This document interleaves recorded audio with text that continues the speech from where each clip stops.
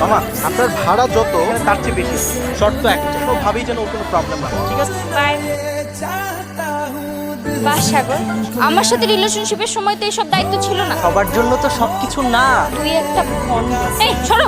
ওরা পুরো গন্ধ বেরোচ্ছে, কলিজা পোড়ার গন্ধ। মোটেও না, অনেক শান্তিতে আছি। আটি বাবা করে বাসায় চলে যা। এখন তো আর কেউ বলবে না ভাড়া দিয়ে দিচ্ছি, বাসায় যে ফোন দিও, সাবধানে যেও। যাও বাসায় যাও। এই তোমার প্রবলেমটা কি? যেখানে যাই তুমি আবার পিছু চাটছো না কি?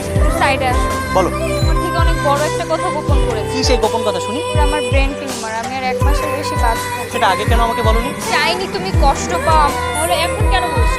কারণ আমার রিপোর্টটা ভুল ছিল। মেয়েটা তোমাকে কত ভালোবাসে, ওকে খুশি রাখতে কত চেষ্টাই না করেছে। এখন তো তুমি আমার গার্লফ্রেন্ড। আপনারা 2 দিনের কাজ, ওর কাছে যাও। আল্লাহ, দাও আমার ভালোবাসা আমার কাছে ফিরিয়ে দাও। এই বিল্লি, আমার ভালোবাসা আমাকে ফিরিয়ে দাও।